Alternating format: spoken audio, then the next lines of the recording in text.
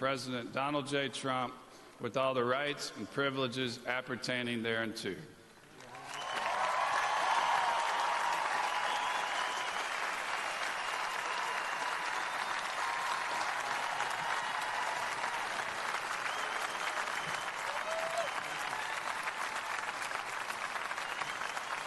Now to deliver our 44th commencement address, join with me in welcoming back to Liberty University President Donald J. Trump.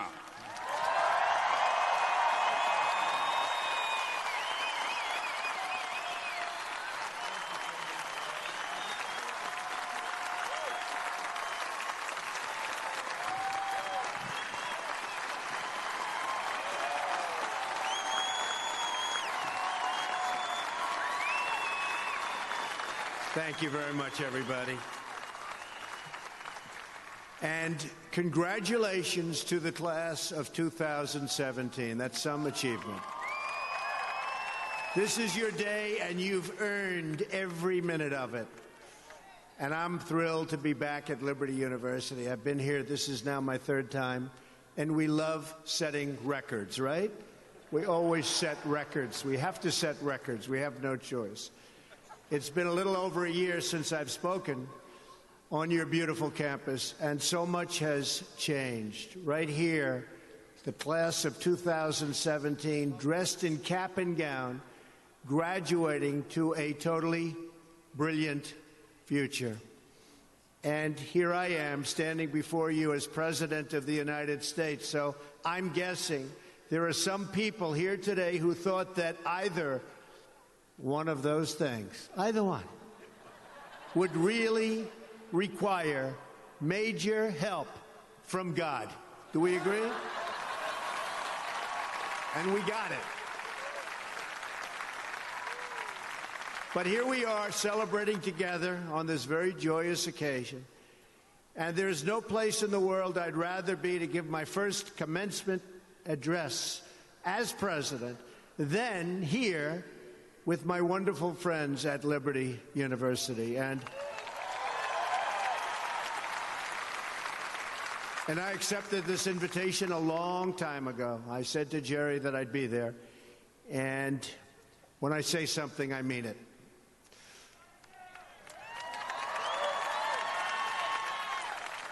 I want to thank President Jerry Falwell and his incredible wife, Becky.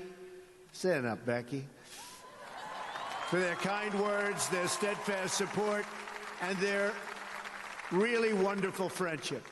Let me also extend our appreciation to the entire Falwell family, Trey, Sarah, Wesley, Laura, and Caroline. Thank you for everything you do to make this university so exceptional, one of the truly great schools. Most importantly, to our new graduates, each of you should take immense pride in what you have achieved.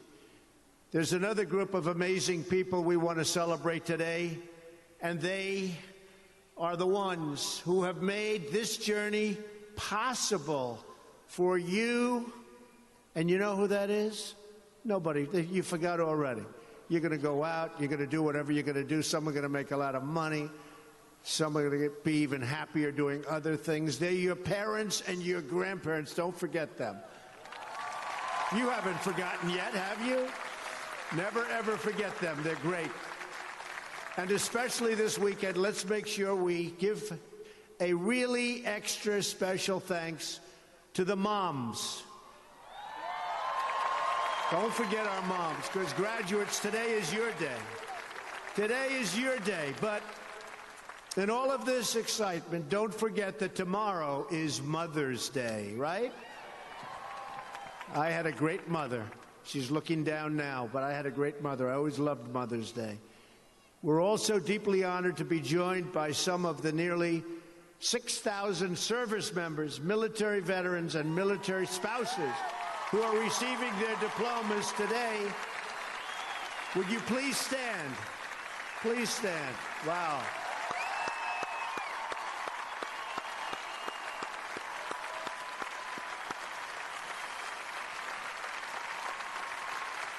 That's great. Thank you very much. Great job. We're profoundly grateful to every single one of you who sacrificed to keep us safe and to protect God's precious gift of freedom.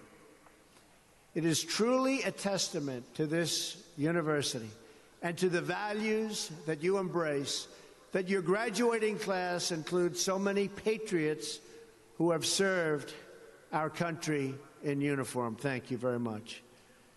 To the class of 2017, today you end one chapter, but you are about to begin the greatest adventure of your life. Just think for a moment of how blessed you are to be here today at this great, great university, living in this amazing country, surrounded by people who you love and care about so much. Then ask yourself, with all of those blessings and all of the blessings that you've been given, what will you give back to this country and indeed to the world? What imprint will you leave in the sands of history? What will future Americans say we did in our brief time right here on Earth? Did we take risks? Did we dare to defy expectations? Did we challenge accepted wisdom and take on established systems? I think I did, but we all did, and we're all doing it. Or did we just go along with convention, swim downstream so easily with the current, and just give in because it was the easy way, it was the traditional way, or it was the accepted way? Remember this: nothing worth doing ever, ever, ever came easy. Following your convictions means you must be willing to face criticism from those who lack the same courage to do what is right, and they know what is right, but they don't have the courage or the guts or the stamina to take it and to do it. It's called the road less traveled. I know that each of you will be a warrior for the truth, will be a warrior for our country and for your family. I know that each of you will do what is right, not what is the easy way, and that you will be true to yourself and your country and your beliefs. In my short time in Washington, I've seen firsthand how the system is broken. A small group of failed voices who think they know everything and understand everyone want to tell everybody else how to live and what to do and how to think. But you aren't going to let other people tell you what you believe, especially when you know that you're right.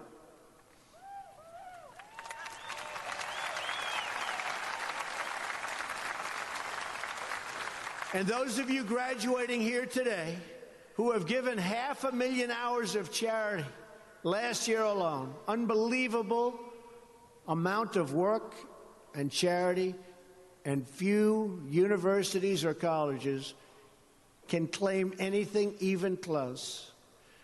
We don't need a lecture from Washington on how to lead our lives. I'm standing here looking at the next generation of American leaders. There may very well be a president or two in our midst. Anybody think they're going to be president? Raise your hand. In your hearts are inscribed the values of service, sacrifice, and devotion. Now you must go forth into the world and turn your hopes and dreams into action. America has always been the land of dreams because America is a nation of true believers. When the Pilgrims landed at Plymouth, they prayed. When the founders wrote the Declaration of Independence, they invoked our Creator 4 times. Because in America, we don't worship government, we worship God.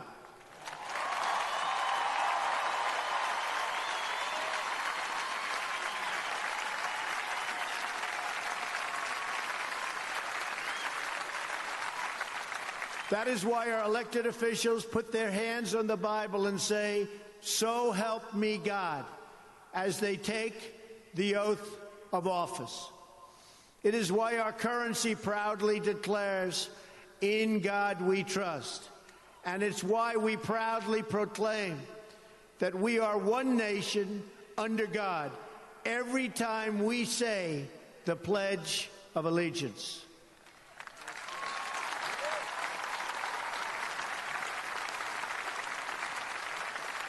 The story of America is the story of an adventure that began with deep faith, big dreams, and humble beginnings. That is also the story of Liberty University. When I think about the visionary founder of this great institution, Reverend Jerry Falwell Sr., I can only imagine how excited he would be if he could see all of this and all of you today, and how proud he would be of his son and of his family. In just 2 days, we will mark the 10th anniversary of Reverend Falwell's passing. And I used to love watching him on television, hearing him preach.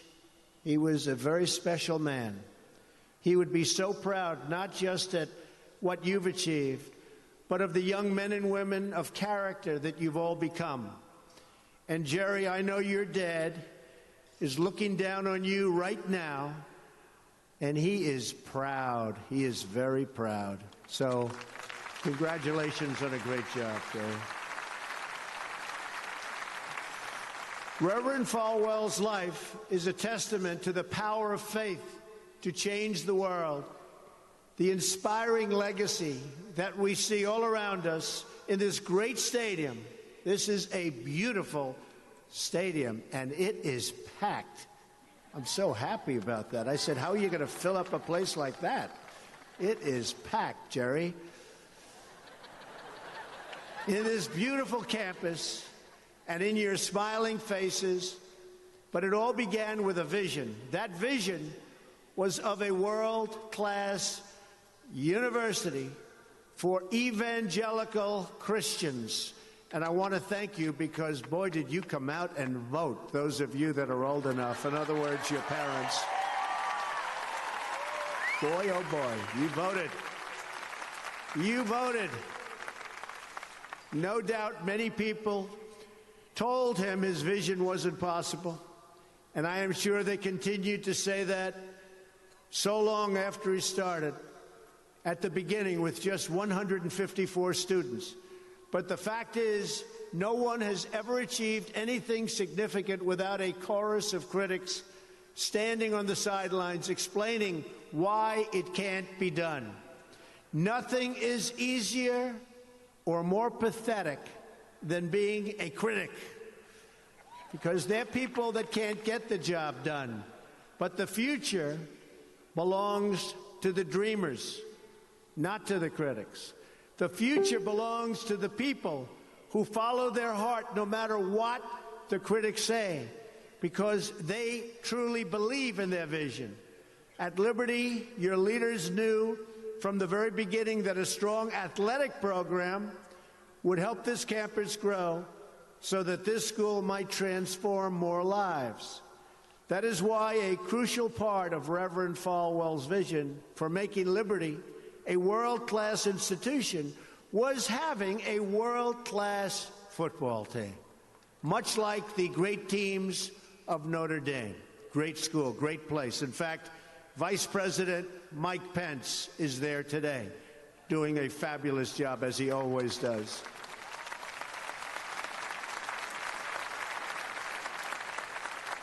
A few years ago, the New York Times even wrote a story on the great ambitions of the Liberty Flames.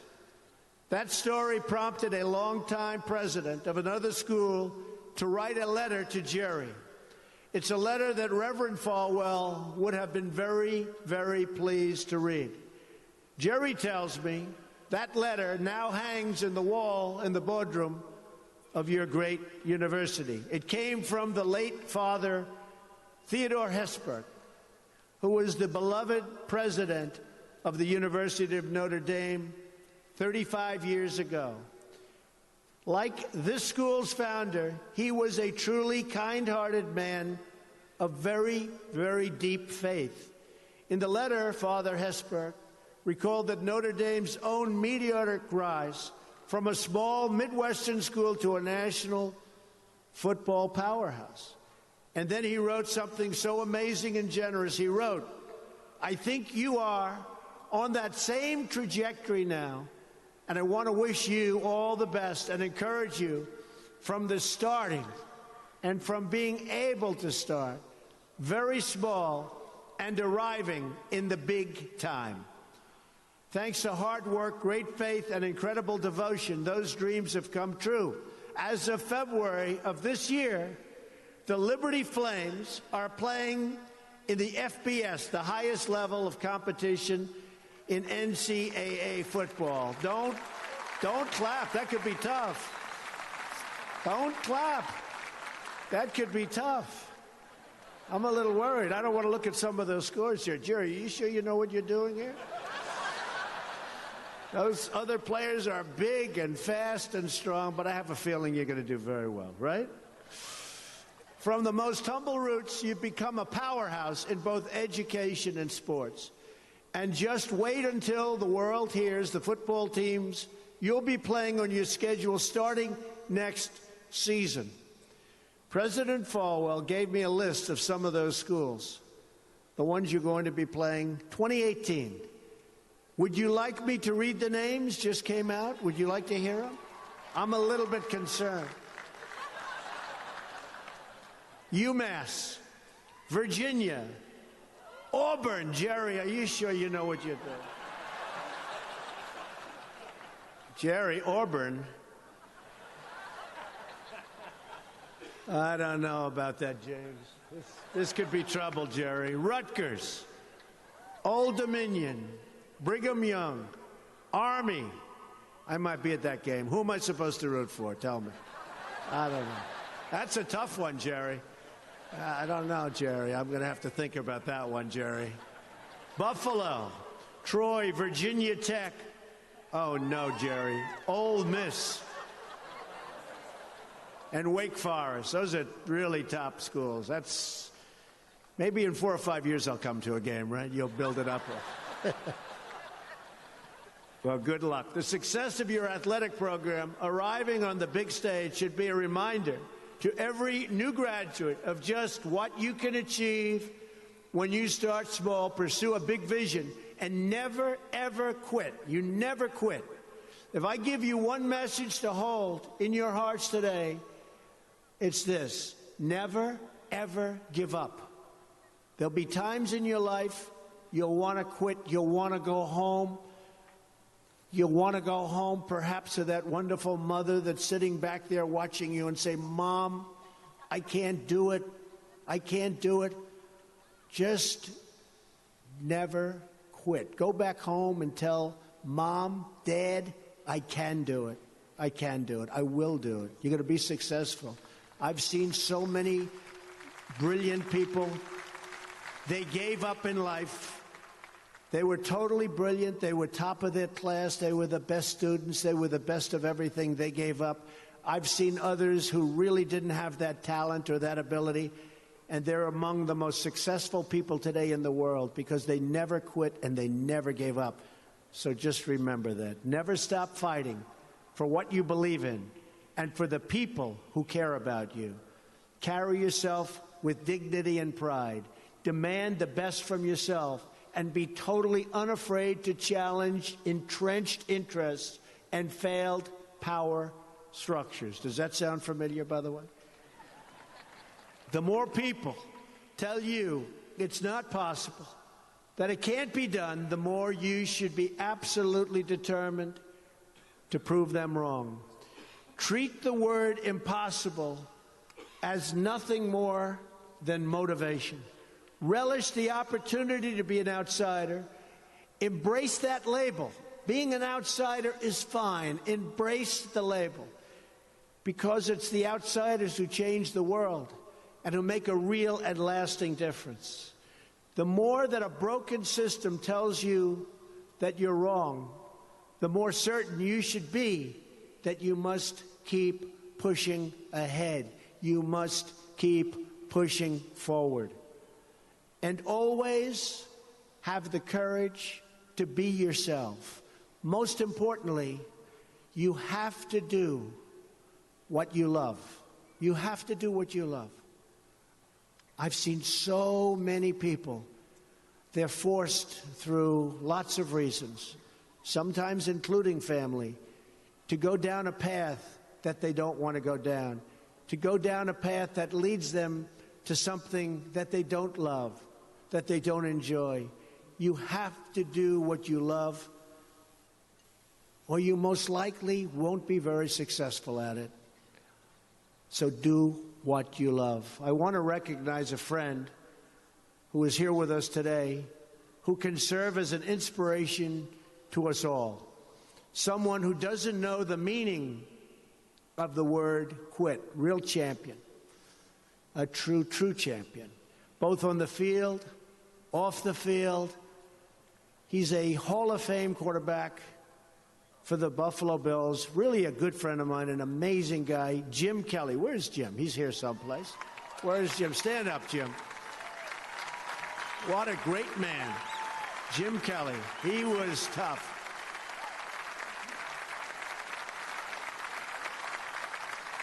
Jim, do you have any idea how much money you'd be making today? They'd hit Jim. It was like tackling a linebacker. They'd hit Jim, 4 guys, 5 guys that weighed 320, and he'd just keep going down the field. He was much more than a quarterback. He had tremendous heart, and he knew how to win. Jim is tough, and his toughest fight of all was that he beat cancer not once but twice.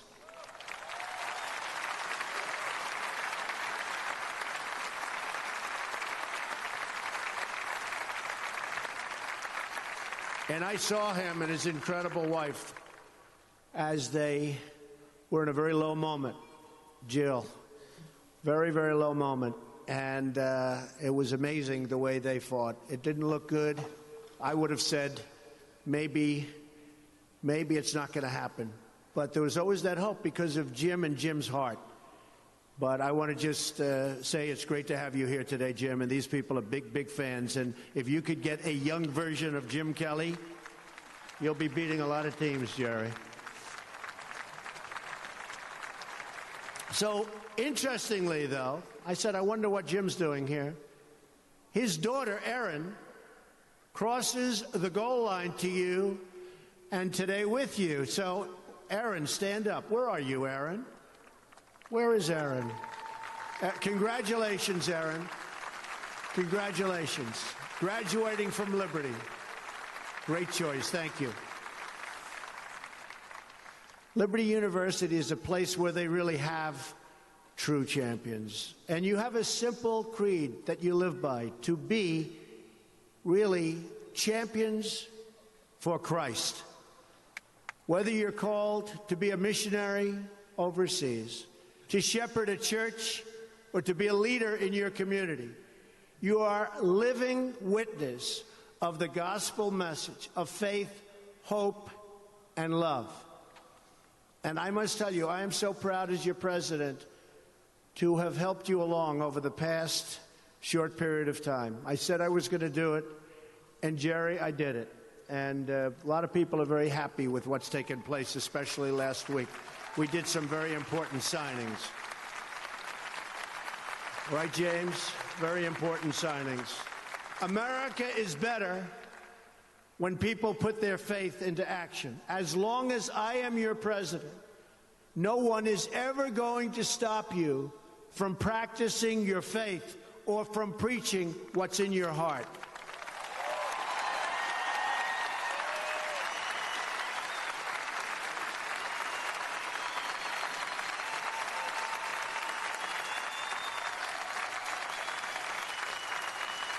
We will always stand up for the right of all Americans to pray to God and to follow his teachings.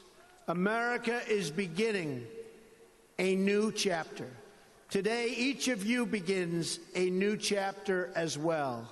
When your story goes from here, it will be defined by your vision, your perseverance, and your grit. That's a word Jim Kelly knows very well, your grit. In this, I'm reminded of another man you know very well and who has joined us here today. His name is George Rogers, Liberty University CFO and Vice President for a quarter of a century. During World War II, George spent 3.5 years as a prisoner of war. He saw many of his fellow soldiers die during the Bataan Death March. He was the victim of starvation and torture as a prisoner of war. When he was finally set free, he weighed just 85 pounds and was told he would not live past the age of 40. Today, George is 98 years old.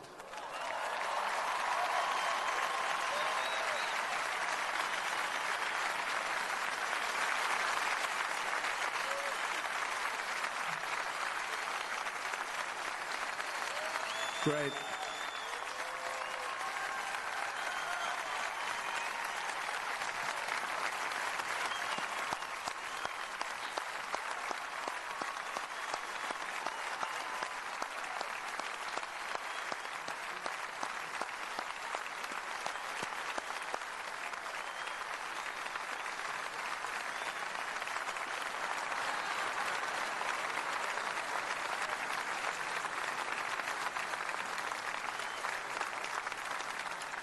That's so great, George. If anyone ever had reason to quit, to give in to the bitterness and anger that we all face at some point, to lose hope in God's vision for his life, it was indeed George Rogers. But that's not what he did. He stood up for his country. He stood up for his community. He stood up for his family, and he defended civilization against a tide of barbarity. The kind of barbarity we're seeing today and we've been witnessing over the last number of years, and I just want to tell you, as your president, we are doing very, very well in countering it. So you just hang in there. Things are going along very, very well. You'll be hearing a lot about it next week from our generals. Things are going along very, very well. Through it all, he kept his faith in God, even in the darkest depths of despair. Like so many others of his generation, George came home to a nation full of optimism and pride and began to live out the American dream. He started a family. He discovered God's plan for him and pursued that vision with all his might, pouring his passion into a tiny college in a place called Lynchburg, Virginia. Did you ever hear of that? Lynchburg? We love it. We love it. Do you like it? We like it, right? I flew over it a little while ago. It's amazing, actually. What started as a dream with a few good friends, he helped shepherd into the largest Christian university in the world. Just look at this amazing, soaring, growing campus, and I've been watching it grow because I've been a friend of Liberty for a long time now, Jerry. It's been a long time. Thanks in great part to George's financial stewardship.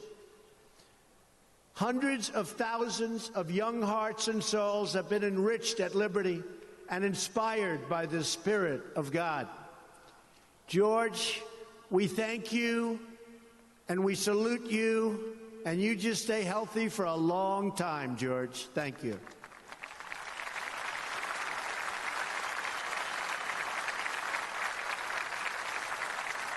Now it falls on the shoulders of each of you here today to protect the freedom that patriots like George earned with their incredible sacrifice. Fortunately, You have been equipped with the tools from your time right here on this campus to make the right decisions and to serve God, family, and country. As you build good lives, you will also be rebuilding our nation.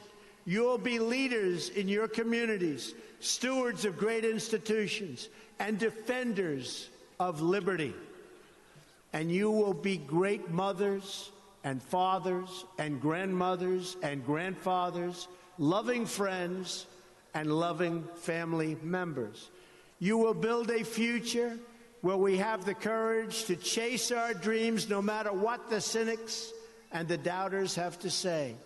You will have the confidence to speak the hopes in your hearts and to express the love that stirs your souls. And you will have the faith to replace a broken establishment with a government that serves and protects the people.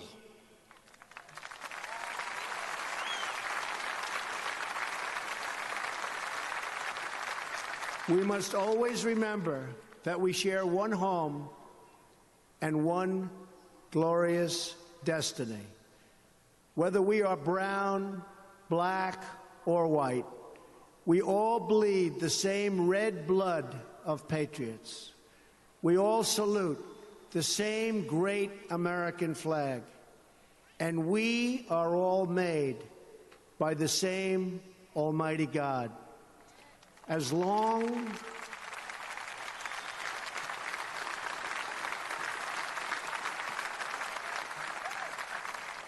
as you remember what you have learned here at Liberty, as long as you have pride in your beliefs, courage in your convictions, and faith in your God, then you will not fail.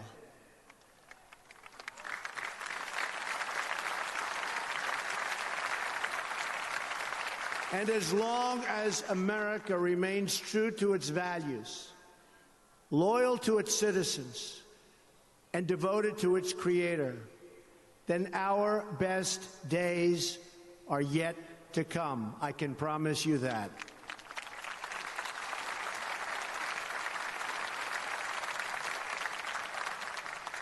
This has been an exceptional morning. It's been a great honor for me, and I want to thank you, the students. I also want to thank you, the family, for getting them there. And I want to thank and congratulate Liberty.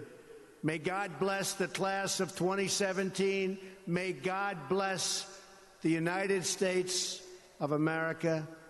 May God bless all of you here today. Thank you very much. Thank you. Thank you. Thanks.